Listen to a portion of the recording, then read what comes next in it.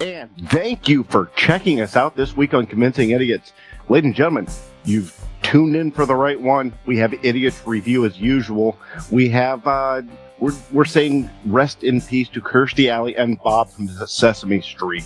The Lenza app, are we stealing art? Are we not? Find out. And then we have in our Idiot Inquiry 3 wishes. I held up 2, but we got 3 wishes. What we have from each of us. And then our main topic, we get into Christmas memories. The good, the bad, the ugly, the Christmas of it all. Ladies and gentlemen, you've come to the right place. This is the Christmas memory episode. How about we go ahead and let's start the show. All right. Test. Test. Call it again. Convincing Idiots. Called it ham gravy. I informed them that I sided with the stat man, not just anyone's opinion, the stat man Brian Fisher. These kids today. Jingle All the Way is in fact the best Christmas movie of all time. I need to get Grandma a present, and my herpes is flaring up. I got it. Mm-hmm. Yo. I'm the millennial We're Santa. 3 friends representing 3 different generations. That's our whole shtick. That's our thing. Mm-hmm. Nick got to hold poop. Mm-hmm. I'm standing in the sea Awesome. breeze, holding a turd, just mightily. I'm just going hitting hats. Anyway, on a lighter note, Welcome to the podcast. Welcome to Vodcast. Welcome to the broadcast. Boys and girls, welcome to the show. This is Convincing Idiots. My voice is back, and my name's Dean, the Zennial. I'm Brian, Gen X.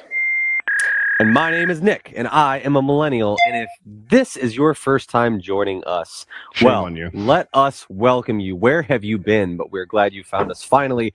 We are Convincing Idiots, a weekly podcast of 3 friends representing 3 roughly different generations, discussing all things nerd and pop culture. And you know, we're longtime buds here, so we like to get together and just shoot the shit. And we put it on the internet for your listening pleasure or listening displeasure, depending on, you know, how it strikes you. So anyway, if you have been with us before, welcome back. As you know, you can find us on all of your favorite social media accounts. To find a convenient link to each and every one of them, I would encourage you to go to Google and type in Convincing Idiots Linktree, LINKTREE. It's much easier than trying to go find them all on your own. They're conveniently packaged there for you. Santa Claus left you a nice little present under your proverbial interweb tree, and there you will find all of the different social media accounts to unwrap at your leisure. So go find us, like us, follow, rate, subscribe, review, all that stuff. You can also go to our website for all that information and so much more. That is convincingidiots.wordpress.com, and there you'll find all those links, like I mentioned, different podcast platforms where you can listen to us. There are ways to help out the show and support us if you see fit. You can also poke around on the website, learn a little about us and all that, and so much more. We also have a merch store out there, so be sure to check that out. You can find links to that, our Teespring, on both websites as well. You can also find us on Boss Code Media. Our friends over at Boss Code Media, if you haven't heard, they are an app that you can download to your smart TV or smartphone. They are original content creator driven platform, all kinds of cool stuff on there. We are on there, as well as our friends and Gen X Brian's other podcast that came from Gen X. So please be sure to listen to them as well. And go ahead, you know what? It's the season of giving. I feel like we need to give them a shout out and give the you guys, do you have a link tree also, I would assume? Same type of format? So Yes, go exactly. check them out. It came from Gen X. Go like them and rate them and subscribe them and review and all the things that I said to do for us, do it for them too. You'll be glad you did. So,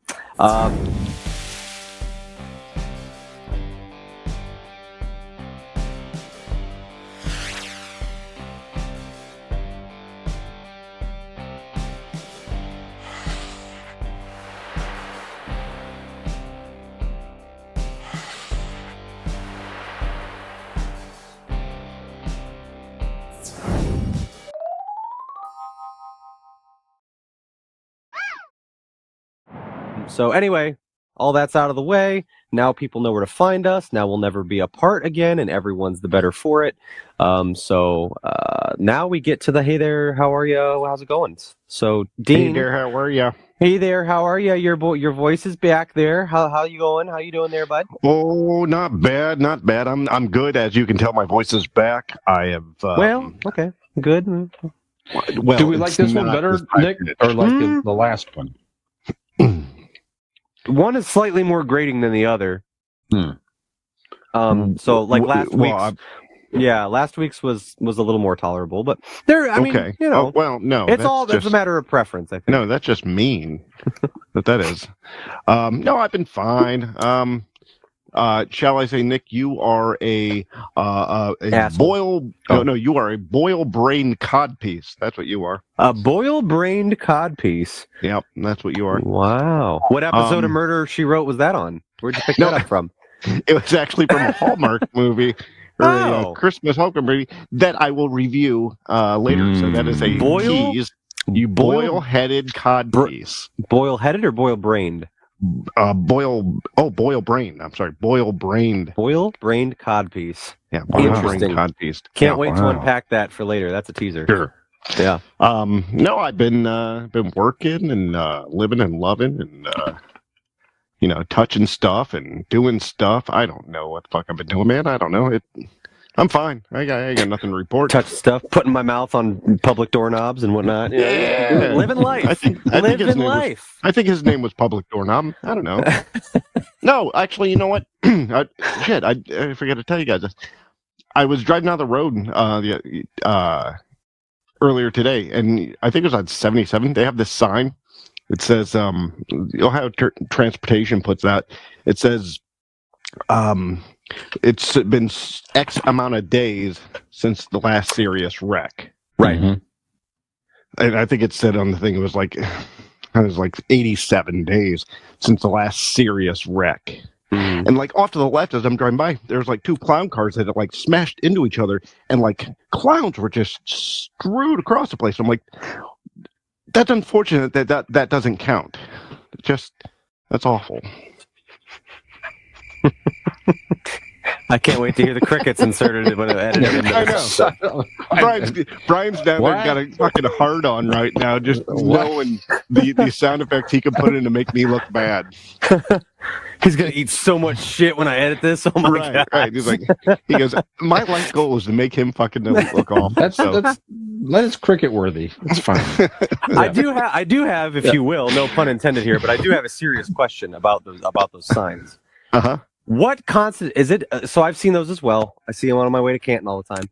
I know the question you're about to ask. Does somebody have to die? Thank you. Honestly, that's where the joke came from. I thought of this joke while driving back because I thought the same thing. I'm like, what constitutes as serious? Like, is it a fender bender not serious? Do you have to have dead bodies? Is there a totaled vehicle involved? Is that what's and then serious? That's where my brain goes. If there were two clowns that got in a wreck, is that serious?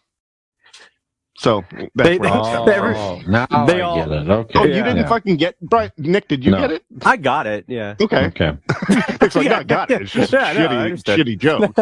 Like if you were like the cops show up and like somebody comes up and like, sir, should we change the sign? I'm like, sorry, there's only 3 people dead. You need at least 4 for this to constitute as serious. Right. They're clowns. So, it's funny. Yeah. Right.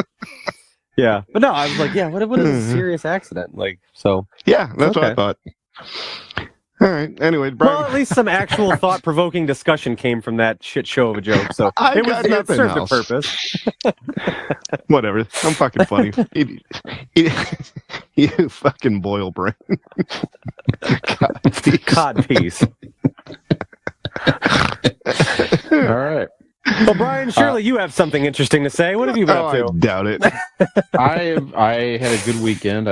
Friday night, I went down to a local Buzz Bin here in Kenmore, Ohio, in the Northeast Ohio area, and they had a couple punk bands down there. So it was one band sings Christmas music, punk style. It was a lot of fun. So they're called Mistletoe, Missletoe. I'll give them a shout out. You can find them on Facebook, and they're going to be playing around the Akron area over the next couple of weeks, including Christmas Day in Highland Square. Nick, was that your dog? Yeah, he's up Like a there little causing a Gizmo? ruckus. Yeah, Okay. Gizmo in the trying to- background. he's trying to 'Cause I shout know- out somebody. I don't know. If it was Brian's dog, like you would have seen the cloud of dust that came up, That's from his mouth when he barked. Poor Igor. Puppy. Poor Igor. He's Where's he he's at? over here. I was He's saying, off he's usually camera in the doorway, asleep. He's isn't right he? out Yeah. here. He's right out here asleep on the step. He always What a sleeps on good the boy. He is a good He's boy. holding the door up. And then Saturday night, my old buddies Skinner, who I do the It Came from Gen X podcast, I've known since high school. His oldest son, Mike Skinner Jr., who edits the It Came from Gen X podcast, he got married last Saturday. So he lives in Virginia now with his beautiful now bride. And they got married in Carrollton. So there was a beautiful barn venue. Please tell me they came down the aisle on electric bikes from RPM Bike Shop, who is They also didn't- located in Carrollton, Ohio. No, but you can plug them. But they had a That should have been a Christmas full read, theme. man. That's perfect. Yeah. I know. I just hear Carrollton, and what else do you need to know? It's RPM Bike Shop, So we'll talk about them later. I think they rode away though, Nick. So we'll talk about that in a second. They rode away on a bike, so it probably was an RPM bike. It was just a beautiful venue. It was a beautiful venue. It was a Christmas themed thing. They played Christmas music during dinner. Keith from It Came from Gen X as well actually married them. He performed the wedding ceremony, so that was So all that three was of them nice. married each other in Carrollton on electric bikes? It was beautiful. That's it was hot. beautiful. So, yeah, just a very nice thing. And good to see young people so in love and getting married. It was just very, very nice time. So, congratulations to Mike Skinner Jr. Yeah, just couldn't be happier for him, and great to be a part of it and be there. So that's all. Nice. That's what I've been up to. Good. Yep. Congratulations to them. That's awesome. Yes. And Dean, for anybody who's not watching, I would like that to never happen again, please. He was doing this weird tongue on lip thing, and it wasn't quite licking your lips. I'm not sure what was happening, but I don't ever want anyone to see it again. So You want that for private use only? Avoid that. Yeah, and I'll mention what we're talking about. So next week, so we're gonna this episode here will drop on Monday next week, but we're going to shoot the week of the 15th. Our plan at the moment, the plans could always go sideways, but our plan is that podcast worlds will collide, and we're going to try to get all the It Came from Gen X and a Convincing Idiots podcast combined. Christmas spectacular. Christmas and spectacular. Joe Rogan, and it's all going to be the heavy hitters of the podcast world. That's right. And we're shooting for like 30. Joe Rogan canceled. Nick, sorry. Hardcore history. It's going to be every. They Dan canceled Carlin's too. going to be. Oh, Yep, he's out. Sorry. Darn it. Yeah. They were all on schedule, but a lot of things came up, and We had Elon Musk scheduled for us too, and that was too he bad. backed out. He was a little too bad. busy. turns Too out bad. now the only people that said they'd be there is Kanye West and Alex. I was going to Jones, say so Kanye it's- West. That's so funny. Yeah. Yep. He's available. Yeah. Calendar's wide open. Yeah. Him and Alex Jones. Calendar's wide open. But we'd we'll get Keith and Skinner instead. All right. So that's the next episode. So check us out. We're gonna just Christmas Christmas spectacular, favorite Christmas stuff, the whole big thing. That's it. So that'll be the week of the 15th, and that will drop the week of Christmas. So the 20. You Whatever think it is, the I 19th or something. Wait till you get 6 of us on the same podcast feed. That's right. That's right. We won't get a word in edgewise. That's it. the plan. That's the plan. You have to do less editing for Dean, but maybe if we add more voices, and then maybe that. That's right. So, Nick, how have you been, sir? Oh, I've been good. Nobody cares, Nick. Okay. No. Some people might care. Brian cares. He asked. Of course. I've been well. I have nothing It's to in the report. script. No, I how don't are have. you, Nick? I am. Well, thank you for asking, Brian. That was very kind of you. I have done nothing really. It was a very low key weekend.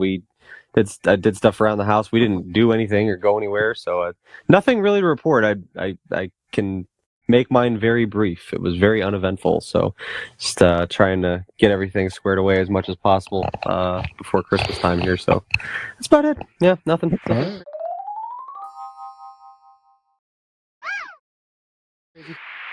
All right, very good. All right, well, why don't we get into some idiot reviews here, gentlemen? Have you seen anything interesting you wish to talk about and recommend to our listeners or viewers? Nick, why don't we start with you then? Since yeah, you go ahead. In my weekend of doing nothing, I did find some time to get most of the way through season 3 of Dead to Me, which I'm pretty sure I brought up on this podcast before.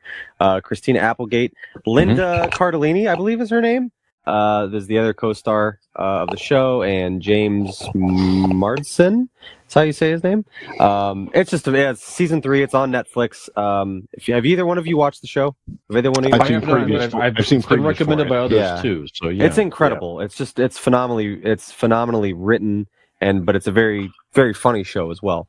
But yeah, there's like, it's one of those ones that you could recommend it to anyone. There's not, I can't think of a single person to be like, oh, you probably wouldn't like it. Like it's just really well done. So just a good show. But yeah, I believe this is the last season of it as well. But this is season 3, and it's been phenomenal as well, just as the other 2 seasons were. But they're half-hour episodes, pretty easy to get through and stuff like that. And definitely, it's one of those ones that'll get you hooked after you only have to watch the first episode. You'll have no problem watching from there. So, but yeah, that happens a lot with this podcast. Incredible. Oh yeah, once you hear "Welcome to the broadcast," "Welcome to the vodcast," "Welcome to the blobcast," or whatever the third one is. That's why you don't start the goddamn show, Nicholas. Right? Is it? But once you hear Dean kick it off, you're in. Like there's no. Absolutely no going back. You're locked in, hooked. Right. Yeah, like a venereal disease. That's right. With you for life. Yep. Yeah, Kirstie Alley said that might be her last acting gig because of her. Yeah, she has because MS. of her disease. Yeah, poor thing. Yeah. Yeah, but I'm glad it was her induction to her Walk of Fame in Hollywood. Mm-hmm. Yeah, with the cane and whatnot, and that was the first time like she'd come out in public like that. And she said, I'm kind of hiding and whatnot. This is me. This is this is what I'm dealing with. This is what I'm going through. I'm not going to hide anymore from it. So, God bless her. Hope for the best for her. Absolutely good for her. She's an incredible actress, and she really does shine in the show. She's fantastic. So, anything else, Nick? I don't think so. I don't know. I've probably seen a kids movie somewhere along the line that was new to me. I don't know. A good 50% of the things that I take in that aren't like sports or something is like basically either kids movies or if I get a little chunk of time. Saturday Night Live always makes time for that. This week's episode was fantastic. Keke Palmer was the guest host, and it was a abnormally good episode. At least I thought it was. The sketches were all like really, really well done. There's only like one clunker, but the whole show was really well done this week. So that's about it. Excellent. Very good. Dean, how about you? Did I tell you guys last week? All these weeks blend together for me, guys? Did last week I tell you that we got our Christmas tree? No. Oh, this is the first year that we've gone and cut down our own Christmas tree. Oh, your live tree. Okay. I forgot to mention that. It's sitting right next to me here. So I've never had a live tree. Really? Never had a live tree my whole life. Wow. Huh. Yeah, we did it a couple years when I was a kid. We'll go and like get them, from somebody that's already cut down and they're sitting up against stuff. This time, Megan and myself and the 2 kids, we went to Gale House Tree in Doylestown, and you walk up and down the fields and you're looking for the best one, and then my 11-year-old son, I gave him the saw. I said, "You're up." Oh, you cut it down yourself the whole bit. Yep. Okay, wow. Yep. Wow. He with the handsaw. There was like one part in the middle where it kind of got snagged, where I, reached in and grabbed it, and but he cut down 99% of it. I was actually going to make the joke that you were going to you would have had to have had Carter cut it down. No, for you, he but did. Actually did. No, he did. Nice. I figured, Good on him. and it's he's 11 years old. It's time for it. That's and nice. then it's time to cut down trees. You're 11, right? And then stop slacking around here at Christmas and then time. I take the thing and I put it on the little sled thing that they give you, and Nora strapped it onto her back and just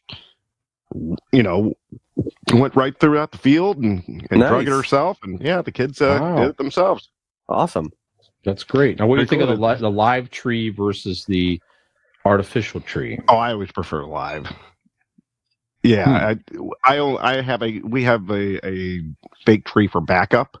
Like last year, just timing wise, we just couldn't do it, and so we got this tree, and it was somebody gave it to me, and it was just Carter and I at the time. So I put it together, find out it was missing the middle section, so the thing was only like 4 foot tall.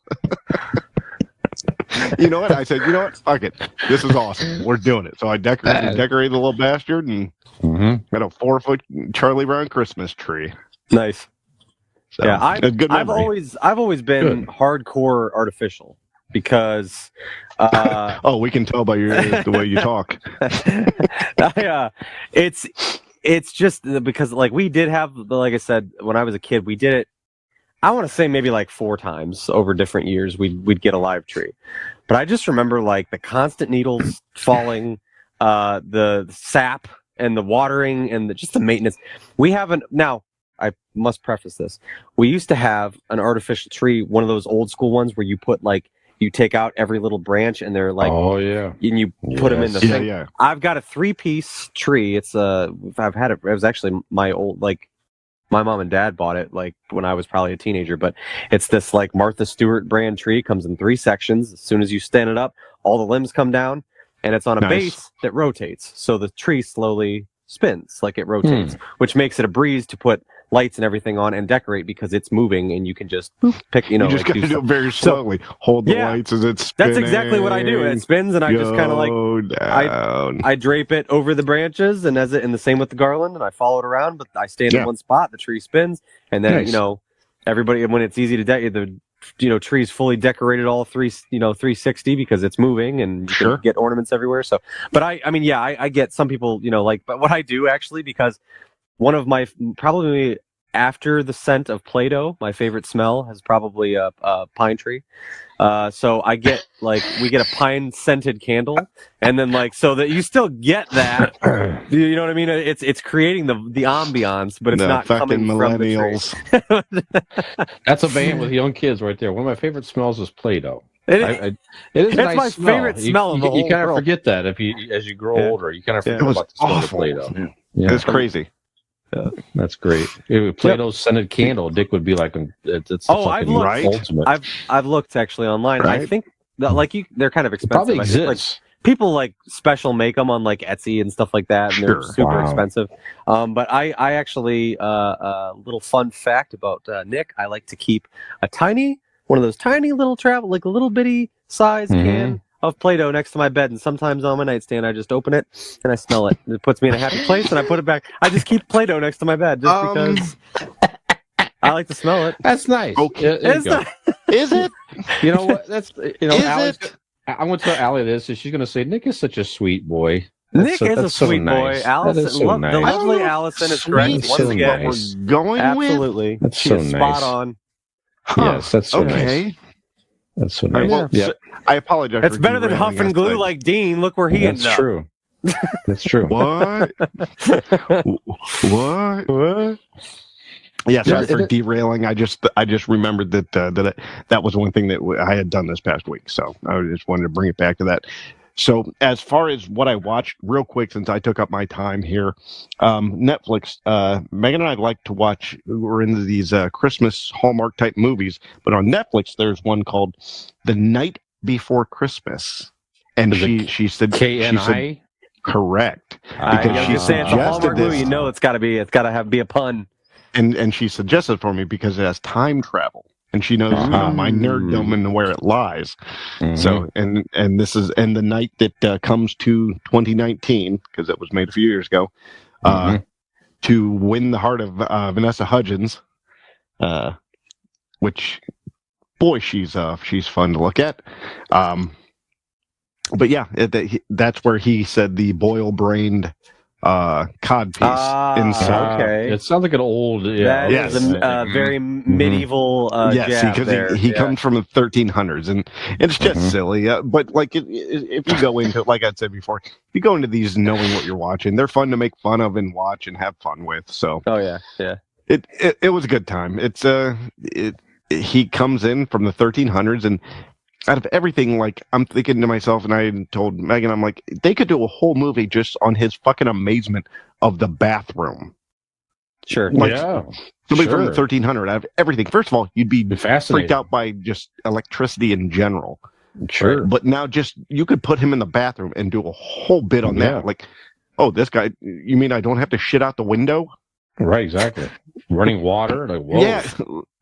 I don't have to boil water for to draw a bath. It's just insane. So yeah. Anyways, that's mine. The Night Before Christmas, spelled night, KNIGHT. So I think it would be a fun experience, though. Just to watch it, piggyback you off should. of what you said. Well, I think it'd be a fun experience at least once in your life. To shit out of a window. That's something I've never really put much thought into, but once you said it, I was like, that'd be a very liberating experience. I think it would, especially the wind caught it. Yeah, just see where whatever devil may care wherever it goes. That are like halfway out. You're sitting. If you're done it right, you're pushing out the window, and the turd and your balls and dick are just blowing and dangling in the wind. So that just seems enjoyable. Merry Christmas, everybody. Lump of coal for you. Splat. And you just hope that you hit a bird that flies by. Yep. That's a teaser there. Later, our main segment tonight is just favorite warm Christmas memories. Oh, I just said Dean just gave us a spoiler there on one of his. Yep. Remember that time back in 1985? You wanted a commercial? I fucking gave you a commercial. That was nice. It's very nice. Very nice. Brian, what have you been doing? What have you been up to? Have you pooped out of any windows or off of any balconies? Or not lately. Editing furiously. Not lately. Yeah, I did watch on Netflix. This is one of the. I think it's the highest. It's made a lot of ratings for Netflix. The Wednesday series, so the Wednesday Addams series. I think I'm going to watch that. It broke a lot of records as far as the number of people that viewed it at once or something. And so it even beat Stranger Things or something like that. So it's really it really hit big for Netflix. So Jenna Ortega plays Wednesday Addams. She is she's something. She's nice. Yeah, pretty girl. Played the role very well. Our resident Zennial Dean over here horned up for every that's right. recently legal girl on TV. The girl's she's like 23 years old. I don't know. She looked very young in this though. She played a young girl. She played a teenager. So Wednesday, and then you had That's Catherine not the first thing Zeta-Jones. she's been in. No, it's not. Catherine Zeta-Jones plays Morticia Addams. I mentioned this before. Luis Guzman played Gomez, and I didn't know she was in this, but Christina Ricci was in this as a teacher who, of course, played the Wednesday Addams in the Addams Family movies back in the 90s. So it was cool that they brought her in. It was not what I expected. This really became a teenage murder mystery thing. That's really what it is. So it kind of circles on. So Wednesday Addams doesn't fit in, and there's a special private school for monsters and enhanced kids and stuff like that. So there's like werewolves and different kids that have different abilities and stuff, which is kind of interesting. They refer to normal people as normies, but they're trying to just find a place where they sure normies. That makes sense. Mm-hmm. So it's that dynamic, but then, like I said, then stuff starts to happen. There's murders happening around, and Wednesday starts to jump into trying to help solve these murders and stuff. So it's a whole thing. So, like I said, not what I was expecting, but it's a Tim Burton produced thing. I think it's like 8 episodes, something like Christina that. Ricci's in it as well. That's what I said. She plays said that. the teacher or whatever. A teacher in and she played the original Wednesday Addams. Yes, in the movies. Anyhow, too busy getting all horned up for that teenage girl on TV. Yeah, right. She's not like a teenager. It's worth a watch. Like I said, if you're sort of a fan of the remote fan of the Addams Family in general, they did very well. The hand is in this. See, that looks terrific, and Let's see Uncle here. Fester, played by Fred Armisen. Thank you. I was going to look him up okay. here, but yeah, he makes an appearance. He plays a great Uncle Fester. I guess it's good. It's definitely worth a view. Hi, So Robin. check that out. Oh, Dean says hi. And I'm also keeping up with the Santa Clauses series on Disney Plus. We talked about that last week, Nick. So it's enjoyable. It's like it definitely rings true to the Santa Clauses movies, I should say. Tim Allen again is great in this role. Just a lot of fun. So definitely worth a watch as well. Get you in the holiday spirit. New episodes drop every Wednesday, not Wednesday Adams. Ooh, but I see what you did drops there. every Wednesday. You clever girl. That's it. So, all right, guys. So if that's we're going to take a break, and then we're going to come back with some pop culture headlines, and then our idiot inquiry of the week. So, Dean was kind of wishing he could shit out a window. Mm-hmm. We're going to talk about Dean's suggestion here. I'm gonna do that during the break. That's right. That's right. But Dean suggested we talk about if a genie, just a very common, bar topic, discussion topic question.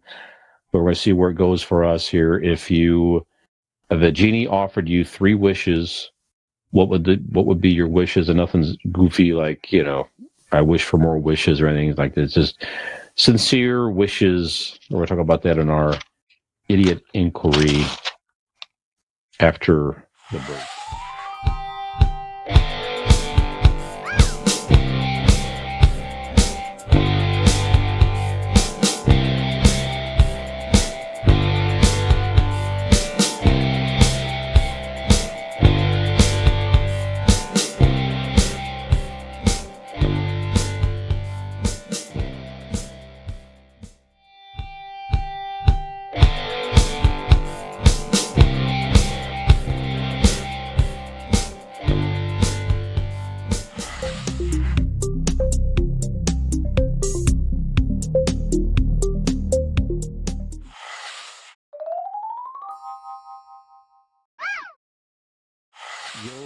Yo.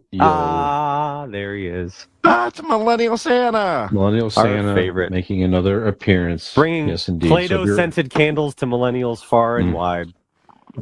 Yes, that's right. He's got his bulging sack full of fun gifts for millennials across Ready the to world. give all the children. That's right. Not children, but You already said that's right. You can't take it back. Right. Yeah. All right. So welcome back to Convincing Idiots, everybody. Some pop culture headlines here, gentlemen. One unfortunate passing. That's someone that we know from our from the world of pop culture here. One of our favorite shows. And I know Dean and I, one of our favorite shows, at least. Anyway, we talked about it many times on past episodes. Absolutely. Kirstie Alley passed away last weekend. Poor thing had cancer. I did not realize that. So she had the article I read said that it was relatively short time that she found out. It just moved very, very quickly. That's a shame. Yeah. Passed away peacefully, so with family. She was 71 years of age. I didn't realize she was that old. She looked great for her age. Yeah, she sure did. So obviously well known for many acting roles, including Cheers. Veronica's Closet was actually a pretty popular show for a while that she did after Cheers. She was in Star Trek and Look Who's Talking movies with at least one of them with the John Travolta. She was in I think she was in both. I think she was. Yeah. Okay. Yeah, but for me anyway, I mean, she definitely was great on Cheers. I mean, She'll always be Rebecca. Yeah, Shelley Long left the show, and at the time it was like that was such a good dynamic with her and Ted Danson as Sam on the show, and it's like she's leaving, and what's going to happen here? And she came on and did a great job, and she was on that show for I don't know how many seasons it was here, but for a long time. Much she took longer over than in 87, and then she took over. Gosh, it was so she played that on that role for a few seasons there. So yeah, I thought she was great actress, funny, just solid So Yep. it's a shame. So, Nick, any thoughts on Kirstie Alley? Yeah, sir? I mean, just kind of mirroring what you'd said there. I mean, you pretty much covered it. But the main thing I somebody who's never seen Cheers, I know her more primarily from the Look Who's Talking movies and stuff like that. So, which were always very amusing to me. I always liked those. But yeah, she's just, like you said, just great actress, solid, and sad to see her go. Like you said, I was caught off guard by that. I didn't know she was ill or anything like that. Yeah, rest in peace. She was a great actress. Yeah.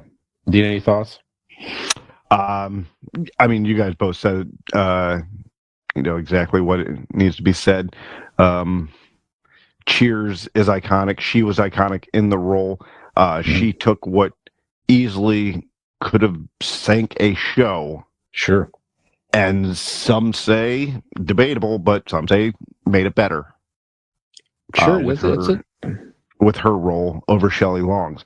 I personally was never a Shelley Long fan in that show. Whatever, there's only a couple years she was in it, but I enjoyed her more than Shelley Long. And like Nick said, Look Who's Talking is an iconic movie. Star Trek, come on. I mean, she was a fucking Vulcan, How cool was that? That's right. So as many iconic roles as she had, and again, she looked great for hell. No matter what age she was, she looked great. You know what I mean? I mean, and an amazing actress. So yeah, rest in peace. She's going to be missed, obviously by friends and family, but also us in the nerd community. So yes, absolutely. And I'll mention as well. I won't, it's beyond before your time. I just mention as well, in respect, Bob McGrath passed away. So he was Bob on Sesame Street for many, many years. So he was on the pilot episode back in 1969. He was on that show for over 40 years. Damn. Yes, so that's quite the run. I remember as a kid, I was a avid Sesame Street watcher as a child. Loved that show. Loved the characters. I definitely remember Bob, the smiling guy. He was very big on the who are the people in your neighborhood, singing that song and different things. So, just a dedication to children's programming was great, and like I said, just nice memories of that show and watching him on there. So definitely rest in peace. Mr. McGrath, like I said, 90 years of age. Wow. Yeah. Good for him. To rewind. I mean, not for dying, but for being right. 90. Yes. For living so long, and that is an incredible run to do anything for 40 years. Right. Well, actually, isn't that we talked? Like, I feel like I've said that exact line. We were talking about. I don't remember how many years Queen Elizabeth sat, but we were like, to do anything for this. I mean, to be on a show that long, to have that steady work and be able to be a part of something so successful for that long is just incredible. That's interesting. They mentioned that. Yeah, I wonder that must be. I don't know of many people to be on, like you say, just in general, be on any television show for that. Well, there's long a limited amount of shows you could even be on that long. You're talking like Sesame Street, Saturday Night Live, like 60 Minutes, maybe. Yeah, I mean, is not there's many. not a ton of stuff. The next one up after him is fucking Marissa Hargitay for the SVU show. Oh yeah, right. Yeah, that's been on for a while too, eh? She's been on 1999. She's now the longest running actress character on a television show right now. Wow. It's 1999. I could say too, like, so obviously, like like you said, Sesame Street's been around forever, and we've all grown up with it, around it. Whether you watched it a lot or you were always aware of it, it's this massive, the Elmo, Cookie Monster. You know these characters, right? So what we do though, since we got Gizmo, my dog, we when we go away for the day and we put him in his little crate or whatever, in his little bed there, and we turn on a television show for him, and we like to turn on Sesame Street for him because it makes him a smart little doggo, and he'll learn his numbers and his letters, and he's learning, and it's fun, and we like to have something on for him so that's not just quiet in there. But it's like when I come home for lunch or whatever, and I'll let him out, and then I find myself, I just kind of let it play through. I'm doing other stuff, but I'm like Learning your watching numbers. Sesame Street, and I'm like, it's a really well done show. Like I admire it for like what it's been for so long, and the new ways that they find to just communicate with kids about even just like emotions and different interactions and manners, and Right. just it's it's a very, I guess, it's kind of an obvious thing to say, but I mean, now that I pay more or that I watch it through adult eyes and think of it as someone who is creating a show like that, I'm like, Sesame Street is really fucking impressive. Like, it's really good. So it's really taught my dog to manage his emotions. Like when he, when he has to poop, like he knows he has to go scratch at the door. And I feel like maybe Sesame Street had something to do with that. Like he knows how to communicate his emotions in a measured way. He knows how to share things. So yeah, it's been good. It's been good for the whole family. And Well, it's definitely what you take out of it, though. Mhm. Like I watched Sesame Street for all those years, and I idolized Oscar the Grouch. So yes, I can. Wow, that You makes know. a lot of sense. Makes sense. Yeah. yeah, so this is what happened. This is a little side thing. I'm sorry. I'm not going to derail us too much here, but I would just like to say I promised a few episodes back to do some investigative reporting here and to do a little research and run some studies and some some polling and things like that, which I have done. Turns out, on average, if I asked, say, it probably was about 25 to 30 people that I asked this question to. Apparently, only me and like 2 other people did not know that sitcom stood for situational comedy. So I am one. Thank I will you. admit when I'm wrong. I didn't say you were right. I said I was wrong. Okay, there's a difference. But that's automatically what it No, means. it's not automatically anything. I apparently was I was incorrect in thinking that most people did not know what that stood for, but apparently what I found, there was a staggering amount. So you found that only a couple of people besides you were an idiot. There was a staggering amount of people that didn't really know what it meant, but they guessed situational comedy, and I was like, "What?" That blew my mind more than anything. I'm like, "How is that your guess?" Like, So not only did they not know, it was so easy. I had a good number. I probably had like 10 people go. I go, "Do you know what sitcom like is like? What it represents? Like, we obviously know what it's when we talked about it here. Do you know what sitcom like what it's short for?" And they were like, "No, not really. I mean, I know what it is. I watch them. Like, I don't know." I was like, "If you had to take a stab at it," and they're like, "Oh, like a situation comedy or a situation," and I'm like, "Yes, but goddamn, I don't know. I don't know." Anyway, I did my research, and I can report back that I was certainly in the minority, the very, very, very much in the minority of not knowing what that stood for, thinking nobody thought it was a sit-down comedy. Although, when I explained my reasoning to people, many people thought that made a lot of sense, or that Sure, but nobody else thought it was a sit-down comedy. So, All right. but there you go. That's it. Carry on. There you go. Rest in peace. Rest in peace, Kirstie Alley. Bob McGrath. Sorry. No, Live is long that and where we were? prosper. Yeah, that's where we were. I don't remember. All right. the way All right. from Bob and Sesame Street to Ended up being a goddamn car wreck. Sit comedy. Yeah, that's okay. All right. Luckily, we have Blake Insurance when we had this car wreck. Because Blake Insurance is an Erie insurance agency located right here in Barberton, Ohio. They provide auto, home, renters, and business insurance with honesty, decency, and affordability. Erie Insurance is above all else in service. You want to call 234-571-5359 or visit BlakeInsuranceLLC.com for your free 5-minute quote today. And when you do, tell them that these idiots drove you right up to you and dropped you off at his front door. So Wow. There you go. Very good. That's impressive. thank you. All right. So one thing I caught was that Google has released their top Kraken. searches of 2022. Not the Kraken. Oh. No, release the Kraken. Yeah. Google, no! Yeah. Alarms are starting to crack. So, I mean, there's a too many things to even guess. I was going to ask you guys to guess what the top word, the top search of Google was the word Wordle. So the game Wordle was the top search of this year. Actually, I do it every morning because it's not an app. So when I go to my whatever browser, I hit Google and type in Wordle, and it automatically go. First thing I do every morning. A lot of people shared your same search. That's the top searched thing on Google in 2022.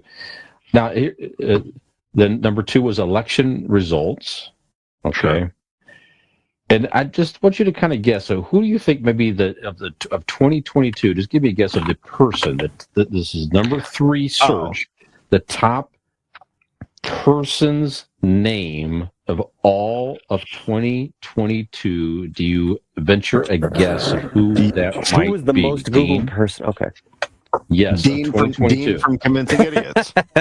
Incorrect. Right? No. Aaron Blake from Blake Insurance Agency. Ooh, that's a good Google. That is a good Google. I like it. I like. You know what? Do yourself a favor. Image search. You'll be glad you did. You will be glad you did. But you have a real guess. I have a bone to pick with him later in this episode. I got to see Aaron on Saturday. It was wonderful. Oh, yeah, I came over, moved some stuff around. I'm jealous. Yeah. It was good to see Aaron. Yes. You can guess the actual top searched person of 2022. Okay, my legitimate Elon Musk. Elon Musk is a good guess, but not even in the top 10 searched things. Interesting. But you also, I'm also trying to, like, I'm thinking of people, but I'm like, the people I would think that have been momentous or impactful this year are people that you know who they are. So I'm trying to think, who's somebody that people are Googling? Was it Turbo Man? Was not. No? Okay. Oh, boy. Was it Nick Schaefer's Turbo Man shirt?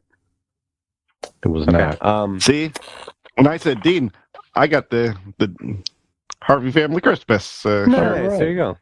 Brian's like, awesome. I've never had such a hard time of keeping you guys on fucking track than I am tonight. Answer the goddamn question. Give me a guess. He's the one that came in saying, "Hey, I'm fucking 3 beers deep, boys. Let's do this." So let's not throw stones here.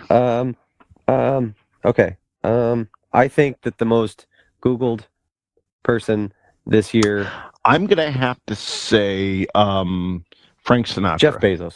Nope. It was actually Betty White. She died like last year, though. Did she? Yeah, it was. It was this past. No, it was like this past year, wasn't it? Well, it was between Christmas and New Year's because her and John Madden passed away like days apart the same day. It was very close to New Year's. Yeah, it was right before New Year's Eve. Yep. Yeah. Was it New Year's Eve or something like that? It was like the beginning of the New Year's Day or something like that. So and then followed by that was Queen Elizabeth. So Betty White had more searches than Queen Elizabeth. And then he had Bob Saget, number 5. So people are morbid. They're Googling people that have passed away. Well, you heard somebody pass, you're looking it up and seeing what happens. That's the first place you go to Google, and then see what the search result is. Okay. Number 6 was Ukraine. I'll give you the top 10. Number 7 was Mega Millions. Number 8, Powerball numbers. Obviously, it's in huge jackpots this year. It's like number $2 9, billion or some shit. Who? Anne Hesh. Yeah. Excuse me, Anne Heche. Yeah. Heche. She actress. She's like in a coma now or something. But oh, that's right. She got in a car wreck and she passed away, right? Oh, did she? Did she finally pass? I think she did. I thought she did. Only if we had a computer, they could tell us that at any time. Number 10, Ohio legend. Michael Stanley. No, that's not fair. I already said me. Yeah. What's that? Oh, I was going to say I already said me. Yeah, no, Jeffrey Dahmer was number 10. Probably with the whole... Yeah. You're right, Brian. She died August 11th. The Netflix series and all that. Anne Heche. Anne Heche died. Heche. Yeah. Is that how it is? Are you sure that's how it's pronounced? Okay. I have since the 90s, so if so, I've been wrong for 25 years. Probably. You've been wrong about other things for probably much longer than that, so that's not a big deal. That's a valid point. All right, then I caught this here. So there's a new Lensa... Herpes? No. Oh. A new Lensa AI app. So it's like a photo app. I think that's Alexa. You say it like Alexa. No, It's not a I lens. don't think so. It's Lenza, Lensa, Lenza AI. I'm reading a quote here from NBC News. AF. It's a cheap, accessible profile picture generator. So you might even see people on Facebook I've been now that seeing may it have. all. Yeah, it's burning up the Facebook right now and different things, but Burning up the Facebook. that's right. But in digital art circles, I'm reading a quote here. The popularity of artificial intelligence generated art has raised major privacy and ethics concerns. So it's a photo editing app. It launched in 2018. It went viral last month after releasing its Magic Avatars feature. It uses a minimum of 10 user uploaded images and the neural network stable diffusion, it's called, to generate portraits in a variety of digital art styles. Social media has been flooded with Lenza AI portraits, from photorealistic paintings to more abstract illustrations. The app claimed the #1 spot in the iOS App Store's photo and video category earlier this month. So basically, you could, it takes your pictures and you can put different. There's an app out there called Prisma I've used before too. Yeah. I don't know if it's the same I've used that one. realm. Prisma's Actually, just if you different filters. if you go onto our Facebook, Yeah. we have some of. I use the Prisma app for some of the ones for us. So if you go into our Facebook and into our photos, the Prisma app was used for some of those. Okay. So the thing that's making what's getting a buzz on this one is it's taking some actual artwork. So people have created they've made some type of artwork, and it's copying some of that style into other images, right? So that's where some people are thinking, in some respects, it's like, hey, we're just helping create art, right? And others are saying, you're kind of copying somebody's actual style and Can you copy a giving it style? away. I mean, style is a style. That's the thing. Now, this is not our idiot inquiry of the week. We're going to talk about that in a minute. Look it's at interesting style as in thing. clothes. Yeah. Like if I wore a brown leather jacket and Brian, Right. you liked the way it looked and you found a brown leather jacket, not the same one, but like in the same style and wore it, am I going to get mad that you stole my style? You know what I mean? That's sort of this little debate is happening right now. So I think it's fine. I don't know. It's just kind of interesting that it's definitely it's a very popular thing. So I don't know. So you don't think again, it's not an idiot inquiry thing, but you don't think it's just like, hey, it's you're mimicking somebody's style. You're not stealing from them. It's not like you're You can actually take their artwork and it's generated something similar to Right. it, but it's not. right. So yeah. So again, I just thought that was interesting. Lenza is what that thing is right now. So Okay. anyway, yep. And another thing that caught my eye was sort of along the same Nick vein. and a thong. Well, whose eye would not be caught by Nick and That's a true. thong? That is true. You know. I'll just be in my bed, ass up, sniffing on my Play-Doh candle. In my thong. Yeah, that's a nice. Nice. Actually, I'm going to use the Lenza app It's a good to visual. to capture that visual there. See what sort of different artwork we I can can get of that actually, ass. I can see him kind of like doing a seductive over the shoulder look Yeah. over my bum, and then I've got the Play-Doh off to the side, and then giving a little sniff. Like if you pull the little thong to the side, it'll look like the Mona Lisa winking at you.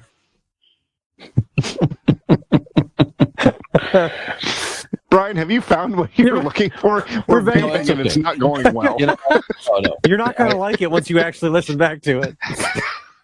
no, it's fine. It's we're good. That's enough pop culture headlines here, guys. This other topic is Good. it's a chat can thing that's interesting. We'll talk about it more next week. Then can So, I go ask ahead. my idiot inquiry of the week? Please, let's get into our idiot inquiry, let's do please, this. sir. I was Yes. thinking about it, and I'm thinking to myself, it's the holiday seasons. I wish I had this. I wish I had that. What if we found a genie? Here's the question, gentlemen. Are you going to The have sex inquiry. with it or not? Oh, is that not The the... lamp, yes, of course. That's actually why he came out. He's poking out, going, "Hey, I'll stick my dick in your window. So, Itty bitty living so space. Your dick doesn't need to. We don't have room for all of this. Like, stop. Luckily, my dick's itty bitty, so worked out well. So you find the lamp, gentlemen, and you rub this side of it, Mm-hmm. and the genie comes out, and you get 3 wishes. This is very simple. What do you wish for? Now, is this Holiday season? Is this standard Aladdin rules? Like, no bringing back from the dead, can't make anybody fall in love, and I can't kill anybody. Where is that? No, can't. Correct. Those 3, and we'll add the 4th. You can't ask for more wishes. No wishes. No more wishes. Okay. Can't kill anybody. Can't bring anybody back from the dead. No, can't make anybody fall in love with you. Yep. Aladdin rules. Okay. Everything else Okay. on the table. Okay. All right. I live most of my Nick. life by Aladdin rules, so this is good. I like that. You do ride a lot of carpet.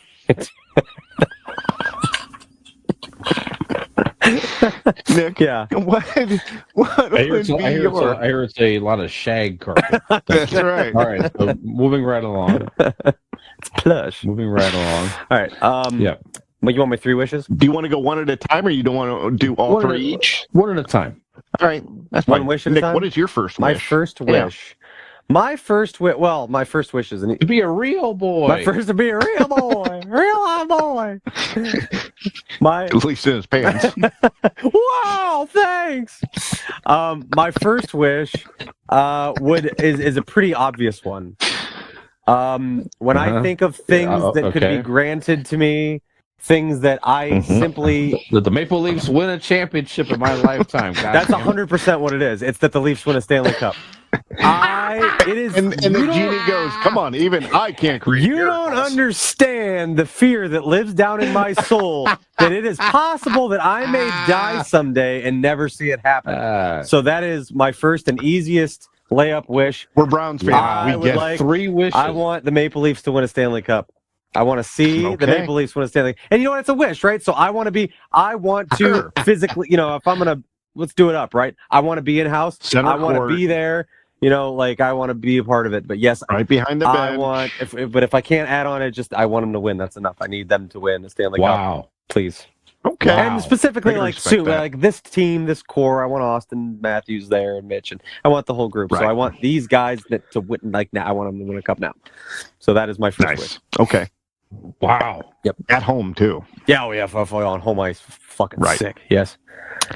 All right. All right. Mine is very easy, very, very plain, but I want infinite amount of money. I want a fucking credit card that is unlimited. I want to never have to worry about money or anything like that again. You want something, you get it.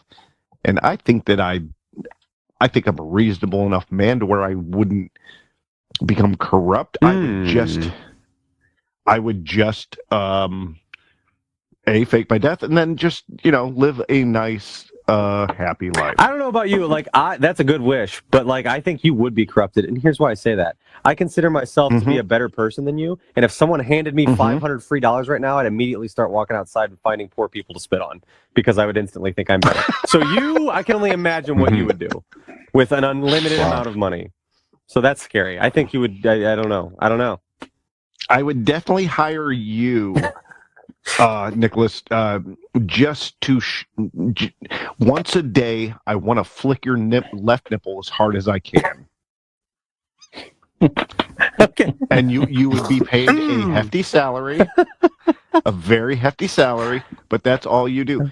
At my beck and call, actually not even once a day, when I feel the need to flick your left nipple, you will be there, and I will flick it.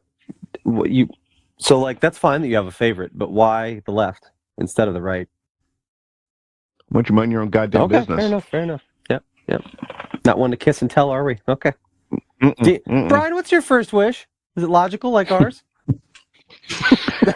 I thought about these. So I had this one here. So the loved ones in my life. So everybody around me, friends, family, everybody I care about. No, you're in. Sucks. So that you could live comfortably doing something that you have a true passion to do. That's it. So whatever if there's something that you really love to do, whatever. whatever that is. And I get paid for that this? You can make, you can make money from that and be comfortable, and you just live your life enjoying doing something that you really enjoy doing. That would be one way of achieving true happiness in my mind, anyway. There you go. That's one thing. Yeah. I like that. How about Happiness. that? Yeah. I like that. Very good. Yeah. Nick, you got wish number 2? Yeah, I think wish number 2 is pretty easy for me as well.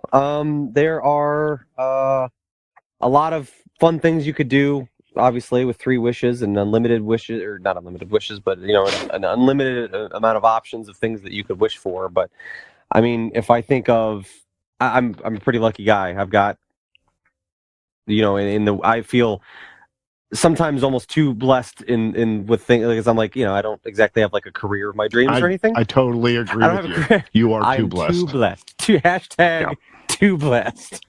Number Too 2 blessed. blessed. But I mean, I would like to start taking your blessings away. It's just a little too much. blessed. No, but I mean, like I'm with the love of my life. We're 12 years into this now, and just as in love as from day one. And like I've got my You're amazing even dating my children. sister. Yes, that's right.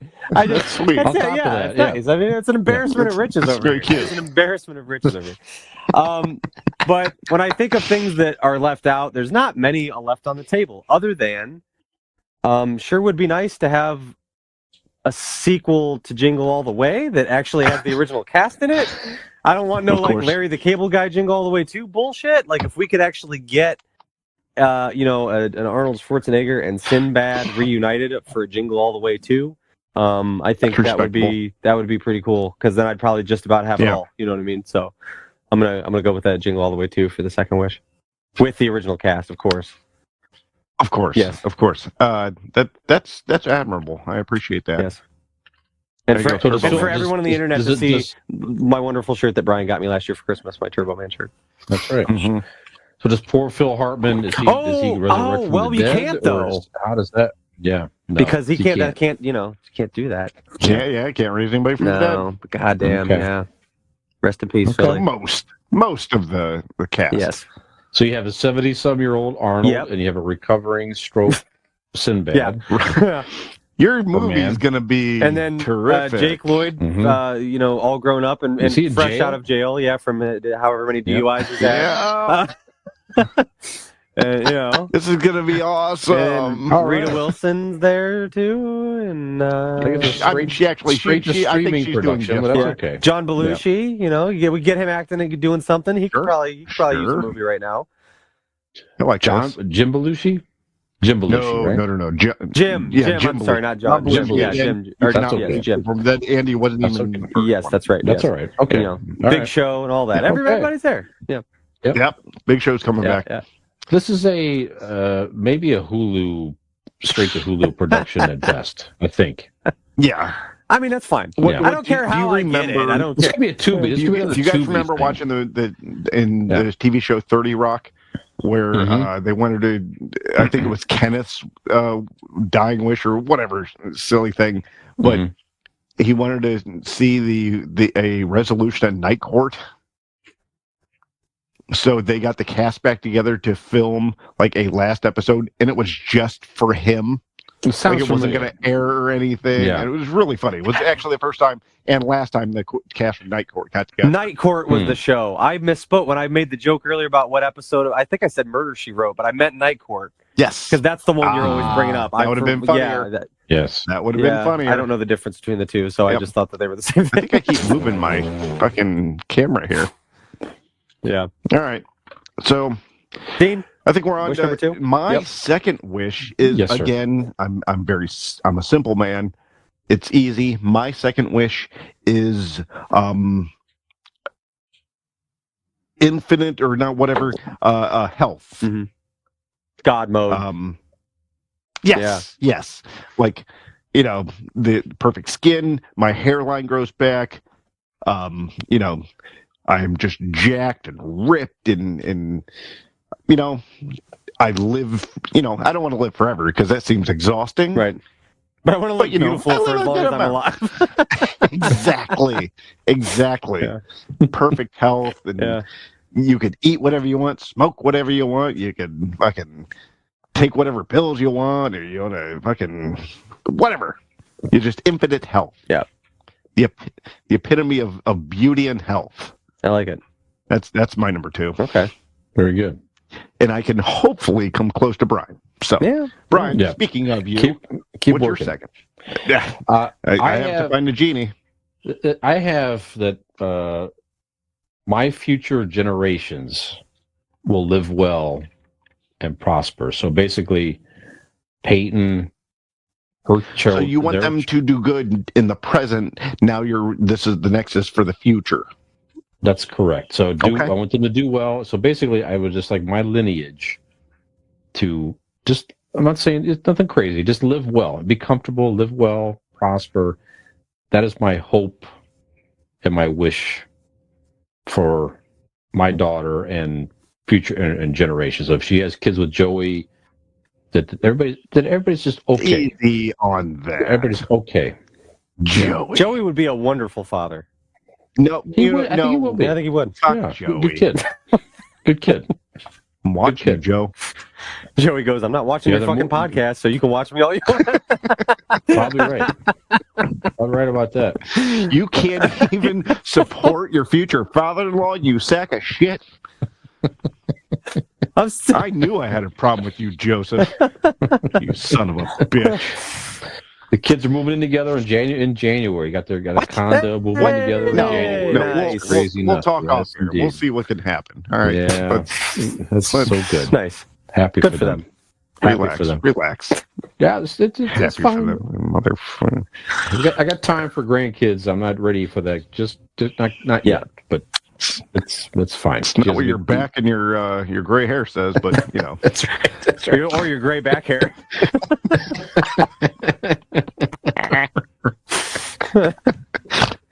I should have wished for no gray back hair. That's what I should have wished for. Damn it. Take this burden from me. Yeah.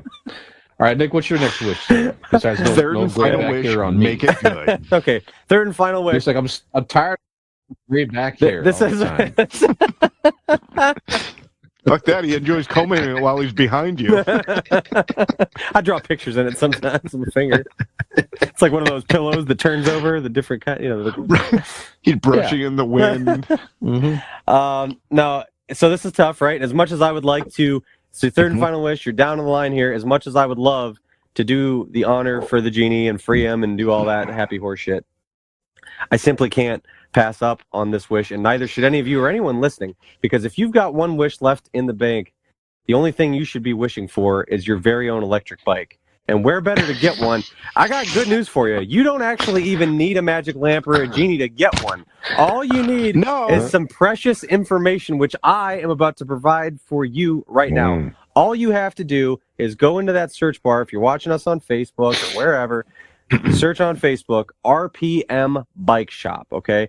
And if that's if you're just old-fashioned, right, you just like to surf the World Wide Web all willy-nilly, www.rpmbikeshop.com. You can go see the wonderful electric bikes that they have for sale at your convenience. You can also give them a little ring-a-ding-ding on that telephone, 330-808-7792. They are located not too far from here. Where? In Carrollton, Ohio, where some friends of the show were just married and passed up on a golden opportunity to ride down the aisle on their very own electric bikes today. I'm sure on their second marriages, they will not make the same mistake.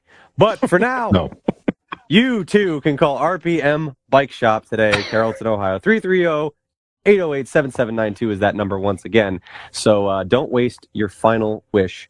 Give RPM Bike Shop a call today. So, Nick, when you found out that you could do this and call them and make an appointment and get your own very own bike, you realized, oh, shit, I still have my third wish. Oh, yeah. So do you have one? Or, yes, because I didn't need to use my wish. No, it right. You didn't. Actually, my third wish. It is the season of giving, so I feel like I would like to make this third and final wish on behalf of someone else. We kind of touched on it earlier in the segment, but I know for many, many years, Dean has struggled with his micro penis, and I would like for the genie to just add a few inches, if he could, to Dean, and I would be that is. I love Dean. I want him to be happy, and that's what's going to get the job done. And there you go. And I love Megan, and I want Megan to be happy too. So I would like the genie to no. Okay, third and final wish. I'm sorry, I'm done joking. Enough fun. Megan's happy. Don't worry. What's that? Megan's happy. Okay. Don't worry, she's fine. Okay, ominous Brian. Okay. She's very happy. She would like me to tell you all she is very happy and Yes. doing comfortable off Yep. to the side here. She's had her own wishes with Millennial Santa. That's all I'll say. She sat on his lap and told him what she wanted, so she's doing all right. She's fine. Y'all are making my last wish very easy. Anyways, go ahead, Nick. No, okay. So in all seriousness, and I've made my jokes and stuff, but honestly, Brian stole the third one I had written down.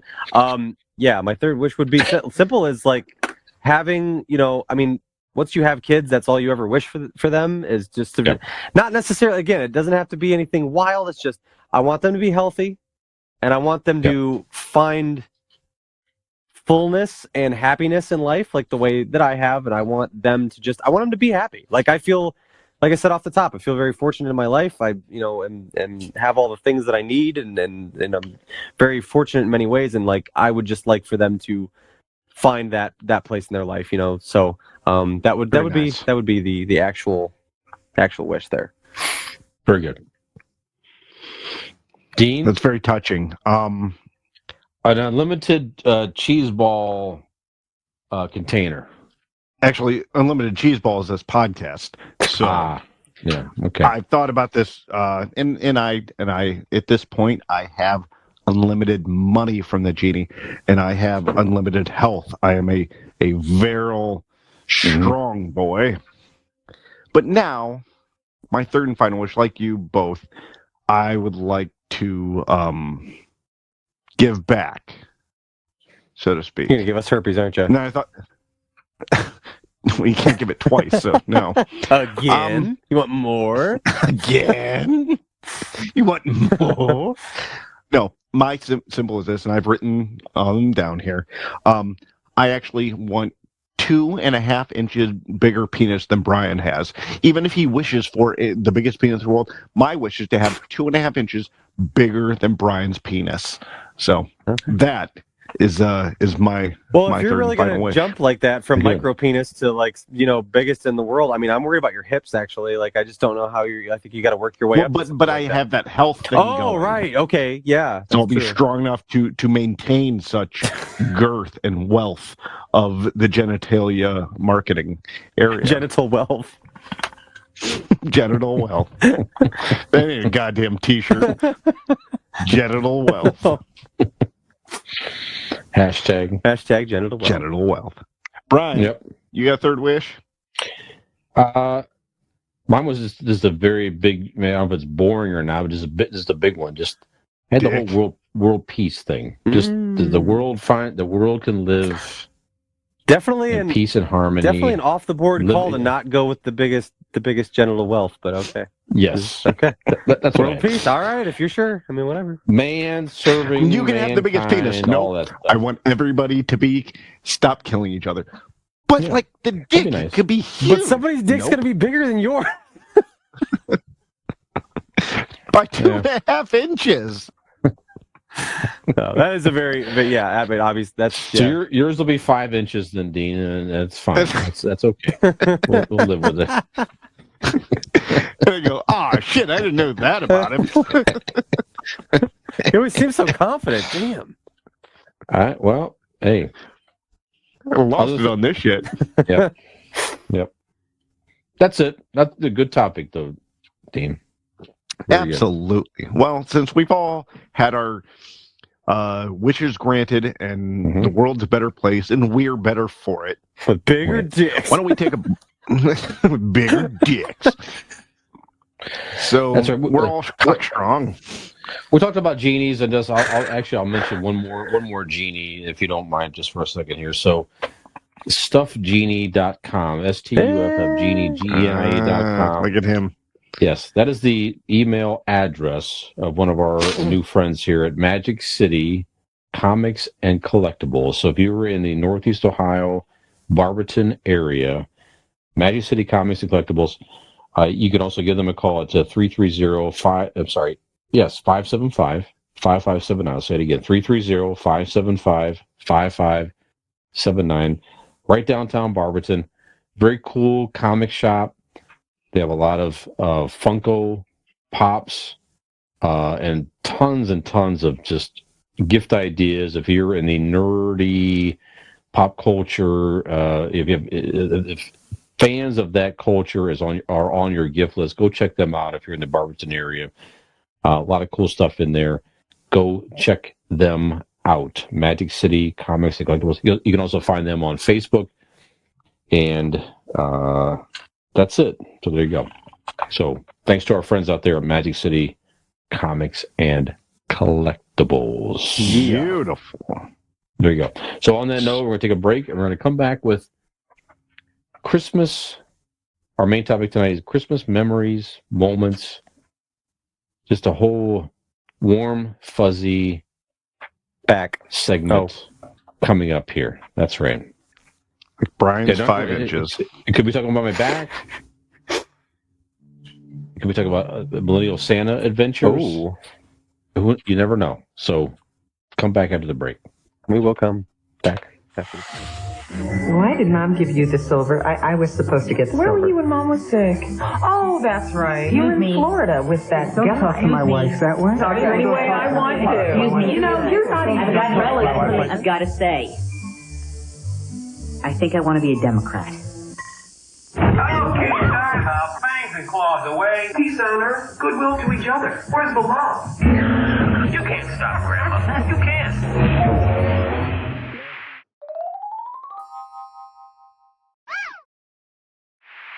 Hello there. We are back on Convincing Idiots. That's Hello. right. All your favorite elves are here. Millennial Nick, Gen X Brian, Zennial Dean, all together for segment number 3. Well, the holiday season is ever approaching quicker and quicker and quicker as each hour passes. Is your shopping done? Are you ready? Is your house decorated? You got the tree up? What is going on? Well, maybe this year you're just, you're having trouble getting into the holiday spirit. It's just not, it hasn't come on like it usually has. Well, we're here to help you with that because we thought We're going to help you come on things. we're going to help you come on with that and on things. We're going to help you come on with the tree. We're going to help you come on the house with the lights. We're going to help you come on the presents. It's going to be fantastic. We decided to take And problem with trip your grandma? down memory lane and discuss some of just Christmassy things, some of our favorite memories. This can involve traditions. It could be gifts, things that you've received, different things like that. So I don't know. We're just kind of rolling with it today. It's not really that structured. We're just going to kind of go around, maybe talk about some Christmas memories. So, Brian, what kind of Christmas memories do you have? What's something that really reminds you of this time of year, or if it's something that you get excited for every year, or a certain, memory that you think back to? And I'll go around here a little bit. I'll just start when I was a kid. So just one of my most favorite Christmases as a kid. Playing with Jesus on his birthday? Right. Being invited to Jesus' birthday party. And babysitting.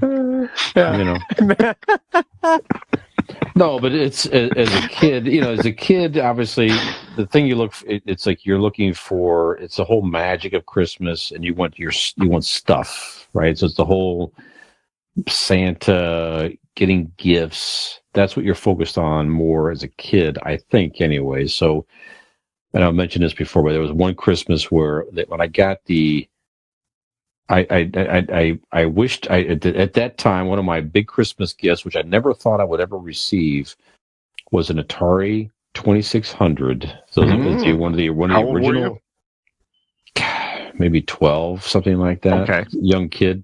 This is late 70s, maybe very early 80s. That were in that era. Atari 2600, and this particular Christmas I got it with a Space Invaders cartridge. That was like the big game at the time, which was a huge arcade game back then. The video game, I have to explain what it is. And Breakout and a couple of the things. That was like, that was just a huge, Now- huge gift as a kid back then. I was so I've got a question, super Brian. excited. Go ahead. Yes, please. You say you were super, super excited. Do Mhm. you remember that explosion of excitement, like when you unwrapped it, like Yes. just like the screaming, yeah. like, "Oh my god!" You know what? Honestly, it's I can envision to this day because my Okay. mom had she had the Space Invaders. They wanted to trip me up a little bit here. So my mom's idea was give me a small gift that I would never think of what it was, and she had it open me first. I'll never forget that is in my brain to this day. Awesome. Was like a small cartridge and open it up in my mom's handwriting, open me first. And I'm like, okay, that's cool. I remember my dad saying, "Oh, not that one." And mom was like, "Yeah, let him open that one first," because she knew what she was doing. Sure. And I opened that up, and the second I saw Space Invaders, I was like, like I said, it was like you just said, it was that whole explosion of excitement. Like we just said, it floored me. I was like stoked, and then I knew the big box. Then of course was the Atari, but it didn't matter at that point. It just got me completely off guard and excited. And I was able to play it on the quote unquote big television for the rest of Christmas Day, which was at the time was the huge 4,000-pound wooden television console thing. You know what I'm talking? Yeah, the plug it in entertainment the back. center. Yeah, Right. Exactly. That's actually how they describe me. Color. Yes. Anyway, that was tremendous. And my parents and that console back then. I want to say it was it was over $100 easily for that thing, which is a lot of money. So they really went all out to give their son a very nice Christmas. So Could you imagine? Can you imagine being that excited today? Like, what in this world could somebody hand you that could make you like scream? You know what I mean? There is nothing. I mean, that spoiler alert, I'll give you your own answer, but there is nothing at this age. Maybe That Nick, was- but I not was for going to say, us. there's probably, I can think of a couple probably. Of course. No, but as a kid, that was it. As a child, I recall that was probably the most excited I got for any gift as a kid that I ever received was that, because I was totally not expect I would actually get it. As well as wish things as a child, you're going through the old catalogs and you're circling stuff. And you're wishing that you would get those, the big things. Never thought I would actually get it. So yeah, just God bless my. And I'll just add that fucking Atari to this day, I have it right now. It's downstairs as we speak. You still have the same one. Oh yeah, the same one. That's awesome. It's in your basement, isn't it? You know what? It works. I bought a converter thing for it. I could play it right now on my big screen television right now if I wish to. The original Atari 2600. Do you ever? I have done it a little while, but I have played it on my big screen television, including that very same Space Invaders cartridge that my parents got for me. I probably had to work really hard to get all those years ago. Mm-hmm. Yeah. Yes. There you go. Incredible. I remember it was at Christmas time, and it actually was my dad's gift, technically, but it was, kind of for all of us. But my dad on Christmas Eve I think my mom got it for him, got him the Sega Genesis. And that was our first, in-home console. I think my dad had an Atari, that was, before I was born, and I don't really ever remember, having it around or whatever. But, I remember him getting a Sega Genesis, and it came with Sonic the Hedgehog. And that was just, I remember being, blown away that you didn't have to be at an arcade to we're in our living room, and I was just what is happening right now? We can play games here. It was just so. And it's funny, it's the way video games especially have evolved so rapidly, and it's grown, and how insane they are now and stuff. But it's at that time that just wasn't a thing. We just didn't. Or you had those little portable handheld games, even though not necessarily. I mean, the Game Boys existed, but I mean they had those Tiger made them. I had a Power Rangers one. It had just Mattel. But yeah, just to sit there on the in your living room on your TV, playing a game like an arcade game, it was just wow. It really I remember still how that felt to me, like how insane that was. It's kind of funny to think back to. But yeah, I remember on Christmas Eve, like him taking it out of the box and hooking it up, and I'm just like, wow. Yeah. And he pushes him away. cool. Says, "This ain't yours. Yeah. This is mine." Pie faces me and goes, "Go get the milk and cookies out for Santa. Go to fucking bed." Yeah, mine was Nintendo. And what is it, 87, 88, something like that. Sure. I remember that same excitement because there was 4 of us. So the girls could care less, but like me and my brother were so excited. And then the next day, when my aunt came over, she brought us a gift, which was Mike Tyson's Punch-Out!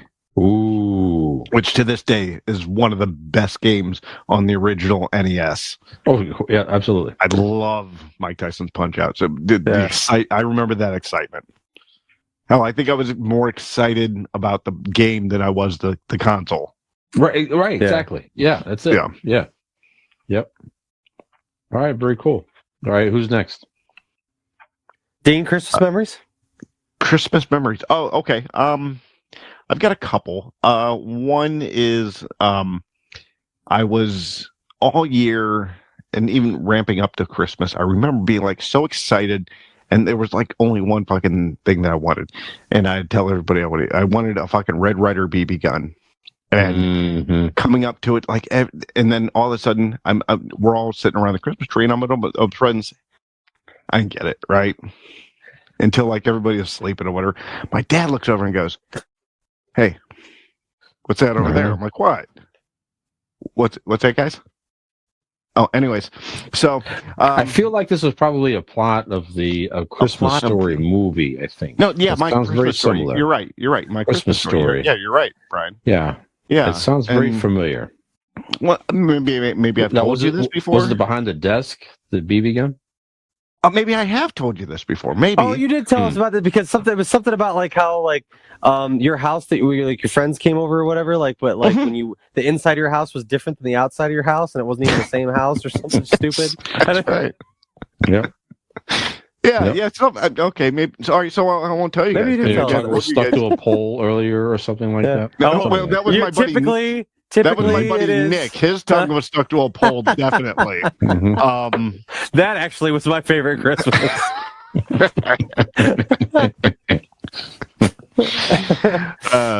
I don't know. My favorite Christmas memories are Christmas morning, like the generalization of Christmas morning. We had the tradition that there was 4 of us, so and nobody could go downstairs. It had to be everybody at the same time. You know what I mean? So you had to wait for your parents to wake up, and then they would take forever knowing what they were doing. The anticipation.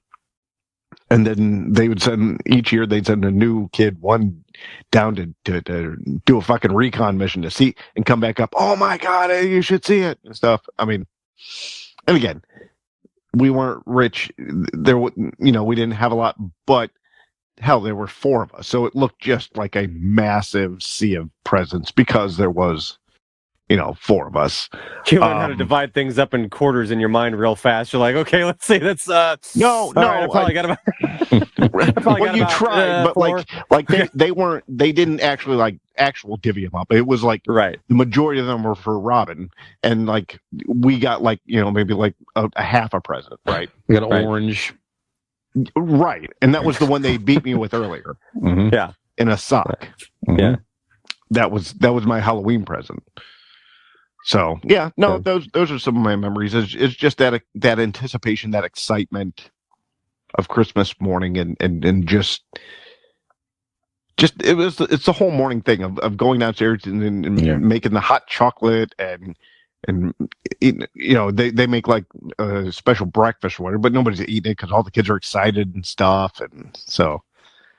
You play the certain music at the, there's just there was a whole system to it that I miss, that I do try to give to my son. Yeah. But you can't duplicate, some of that shit, but so those are some of my memories. Good. And also to like what you said about that is like, you try to recreate that, but it's also like, you don't know you put those memories on a pedestal and you remember them a certain way because you were a kid, and like, but a lot of the things that you do today and that we do for our kids and Brian did for Peyton and stuff like that, it's like I'm sure they do when they grow and they get to be Peyton's age. I'm sure she's got things that you did that really stick with her, and they might not even be the things that that you would think of, like the things that sticks with her or that will stick with our kids when they grow up, like just certain memories that because we try all those special things. Yeah. And that's really what it's about. That's what I mean. Every Christmas morning, I throw him down the stairs, because I'm like, what memory, like strong memory, could I give him that will always remember Christmas morning? So I, when he was very young, I just started throwing him down the stairs Christmas morning, and lo and behold, like he would, well, I don't know about if excited or looking forward to it, but like he would cry, in anticipation of me doing it because he was so excited. Sure, yeah. And then by the fourth time you did it, his memories, he just didn't. The memories just started falling right out. Well, that and he forgot how to tie a shoe. And anyways, yeah, Nick, what are some of your memories? No, you were saying, kind of like about the gift, or is there anything that could make you feel that way now or whatever? But one of the main things that I think you just can't replicate from or at least I don't know about you guys, but when I was a kid, like I remember on Christmas Eve this. I don't know how to explain it other than it was a mix of like nervousness and excitement. Like I was excited because Santa was coming, but I was also nervous. Not that I thought I ever had anything to fear of Santa, but I always did. Because you knew adults would touch you when you fell asleep. I always found it, even as a little kid, a little unsettling that someone we've never directly met will be in our house at some point overnight. And you're not gonna, and also the doors are locked, but he can still get in. Like I was like, I don't know if anybody else felt like this or thought about like as a kid, I was like, I mean, I know he's Santa and he's magic. We have nothing to fear. He's great. It's Santa, but I'm like, they told me that about the priest too. So he can just come in, even though like we don't have a chimney. He can, and the doors are locked, but he'll still like. There was just something.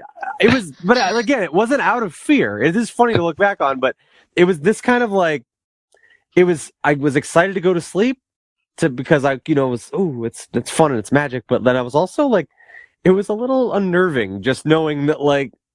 I don't know what it was, but it was so fun. It wasn't scared, but it was, like I said, butterflies, I guess, would really be the closest thing I could say. But there was just that little level of like unease, nervous anticipation, butterflies, but definitely like excitement. And then like, I get that.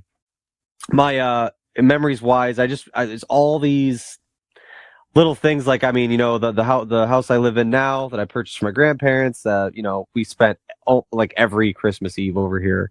This was the spot. My great grandmother's house. I remember my great grandma's house, like kind of going back to the previous episodes, the Sinatra Christmas style, songs on this very old timey radio in the kitchen. And there was always this incredible spread of cookies and leftovers from the dinner we had out everywhere, and everybody just make their way in and pick at the food, and you walk around, and just the laughter throughout the house, people talking, your family members and stuff. And my grandparents, my Oma and Opa that lived in this home, they did a really cool thing where, because they would buy gifts for, obviously me, I was their only grandchild, and then like my mom and my dad. And the thing was, though, they'd have the gifts wrapped and under the tree, like weeks before Christmas. But none of them had name tags. They would always do this. None of them had name tags. And some years they deciphered whose gifts were whose because they knew there was like 3 different types of wrapping paper. So only they knew these ones are Nick's, these ones are Scott's, these ones are Jen's because of the way they're wrapped or the color of bow. But you never knew what it was. It was a code that only they knew. So it did you no good. And changed each year. It did you no good to sit there and like lift up certain gifts. You had no idea which one was like which ones were for you. Only they knew. And I always just thought that was so like clever. If you picked the one that was vibrating, you're like, oh, there's a little Nick's. Right. Yeah.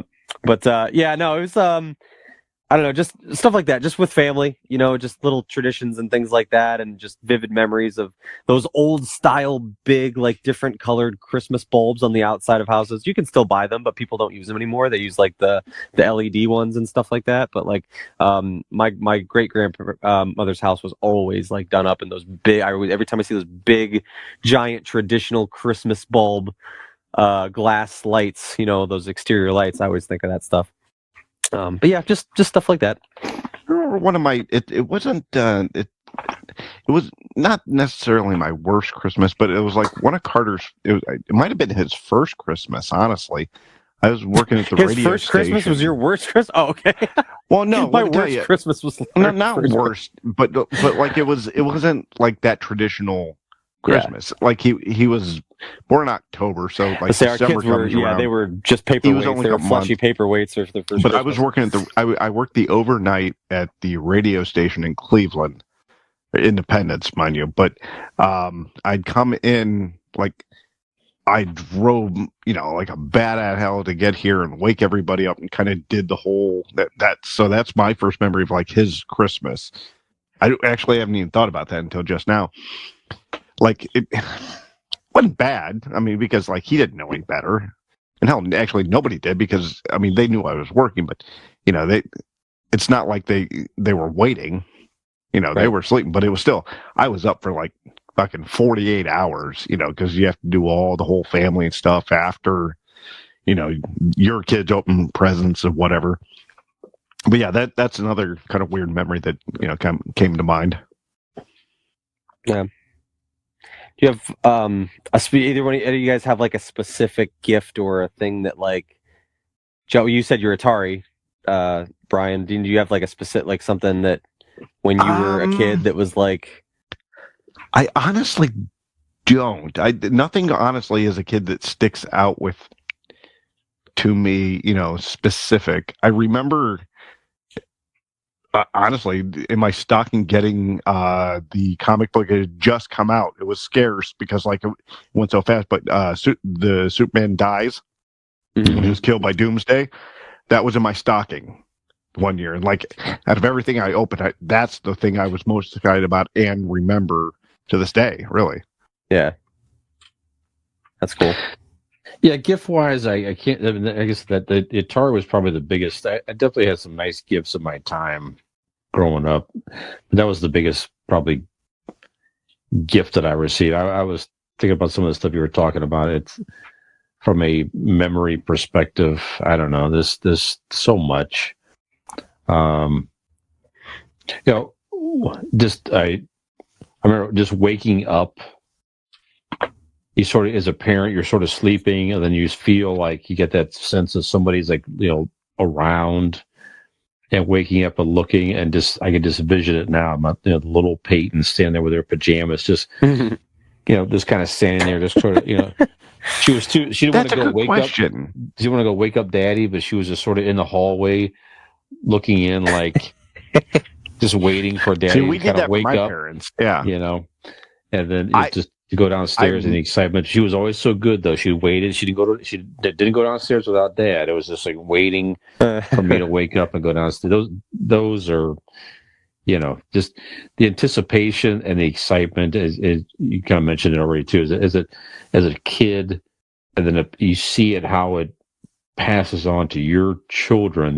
That is, and I think we could all probably admit, at least I can. That it's much more fun now as a parent than it was when I was a kid. Out of all those memories that I have of the excitement and whatever, it's much better now. Yeah. And on what Brian was saying, I've never been woken up by Carter Christmas morning. He just goes downstairs and tears into him, and you're just asleep the whole time. because at my age, from 30 or whatever to 40, past 11 years, 10 years, I've woken up early other than the first time where I came home. But other than that, I've woken up before everybody, and I've woken everybody up. Yeah, I have that excitement has like tripled inside me than it was when I was a kid. Yeah. I look forward more for his Christmas than I ever did mine. Sure. Yeah.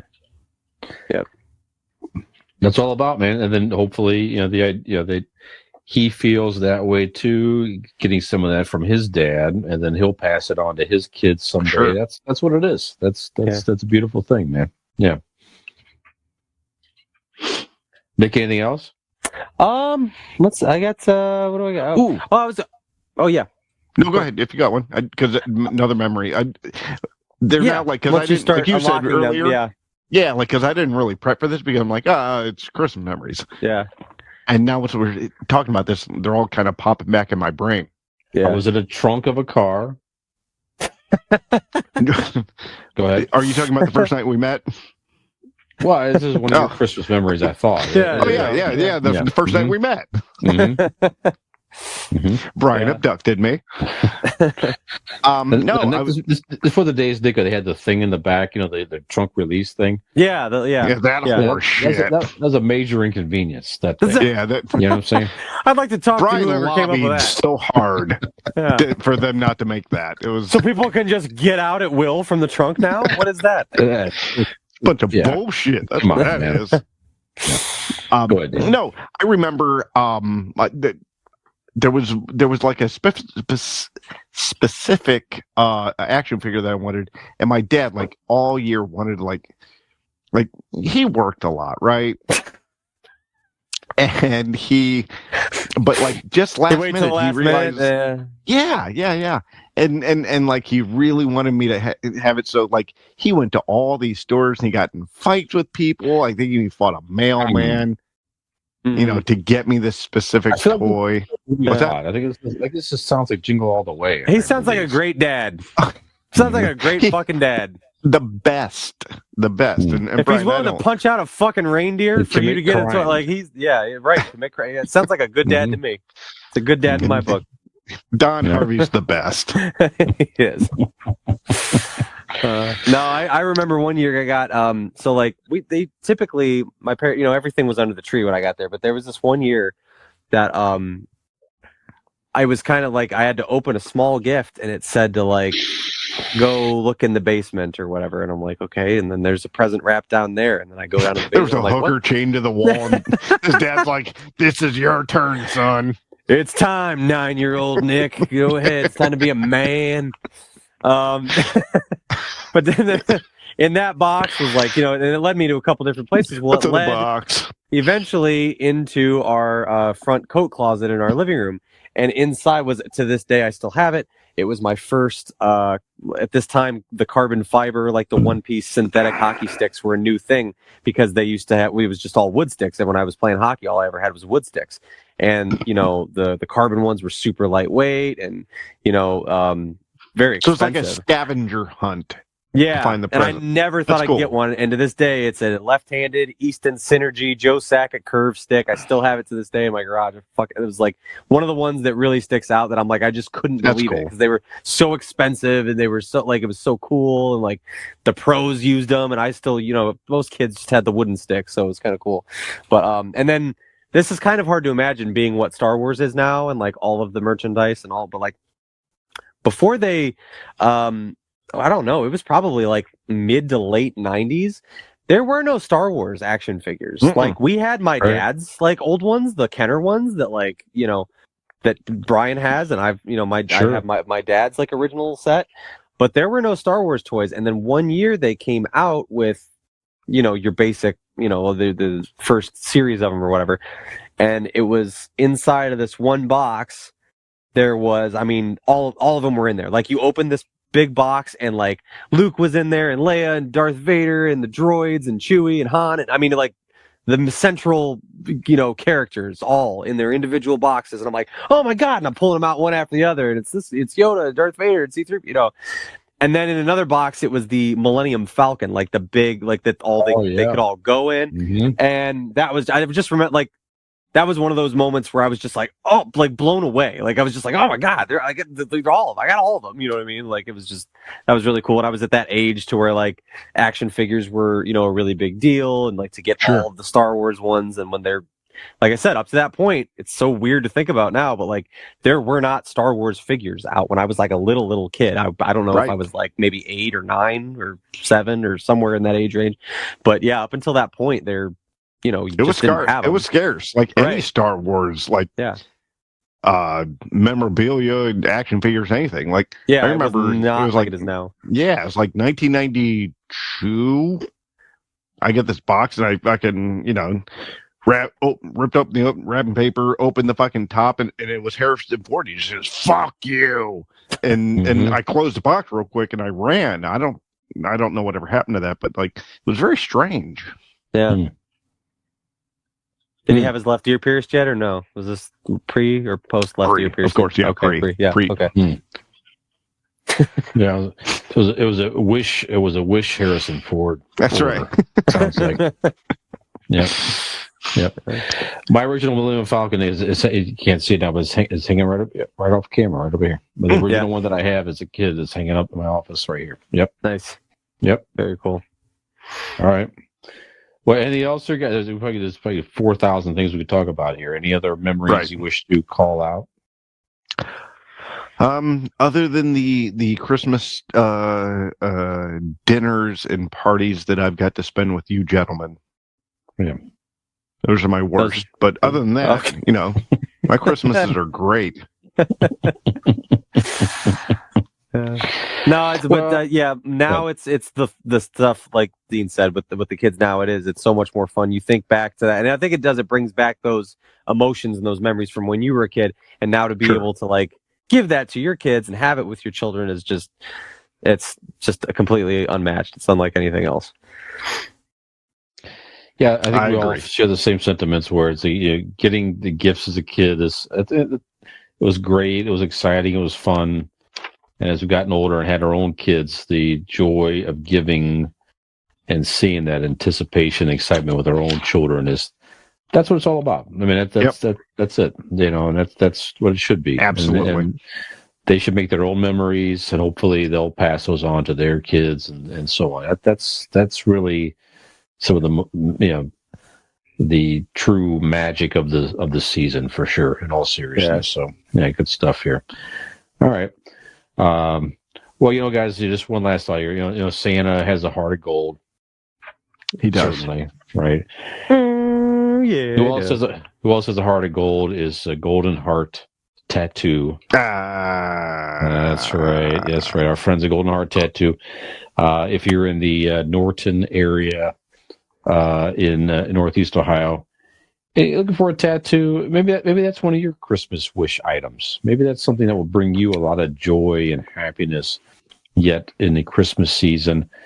Go give them a call at 234-706-2982. You can find them on their website, goldenhearttattoos.com, and find them on Facebook. Maybe get a tattoo of Santa, perhaps. Or Millennial Santa. That's even better. Ooh, that's what I want.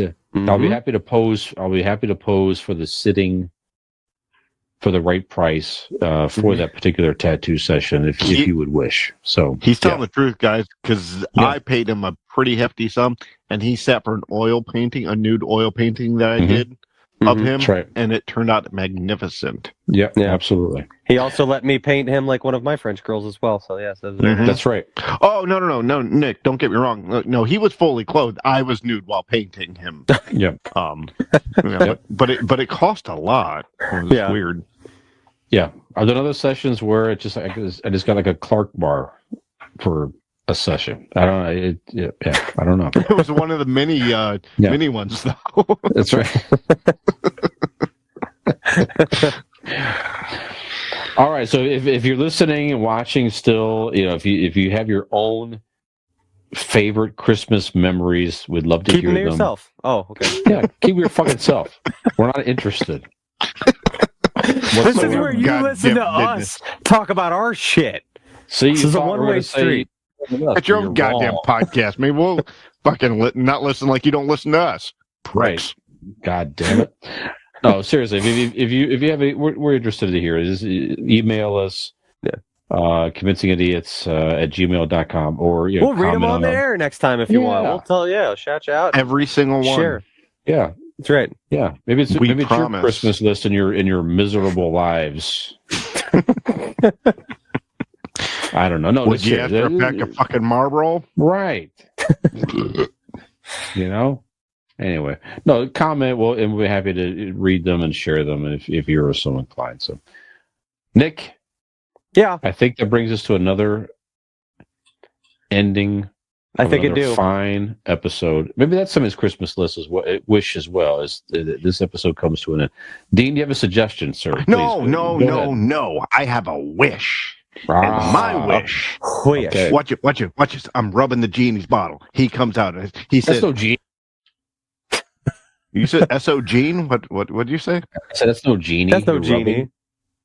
It's make believe. Come on, god damn it! All right, so I'm rubbing the genie. He comes out. He says, "Oh my god, you freed me. What can you only get one wish?" Yeah. You know what my wish is? What it is? Is for Nick's outro to be done in Santa's voice. And as he's telling us who's been good and who's been naughty. Ooh, well, I don't think I have to go too far to tell you who's been a good boy. Our lovely millennial Santa, who's always spreading cheer and giving pumpkin spice lattes and caramel brulee lattes to all the unemployed young men and women, the millennials of the globe far and wide. And, of course, on our naughty list, our so naughty list, is micro penis Dean. So,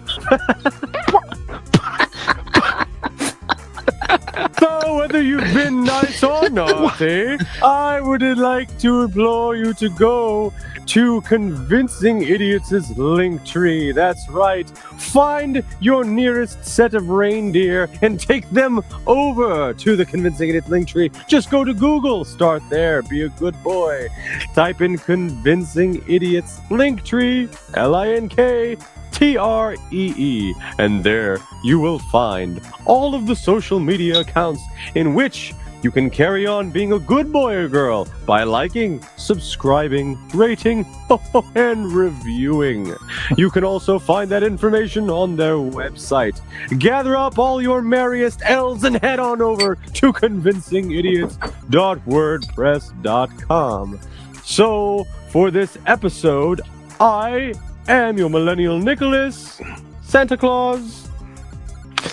And I am the Zennial micro. No, just the Zennial, just the regular Zennial Dean. Yo, Millennial Santa here. Have we convinced you to join us again next week along with some other friends and perhaps engage in some naughty behavior? See you next week, bitches. Zennial Dean, Gen X Brian, Millennial Nick. If you like what you saw, like and subscribe.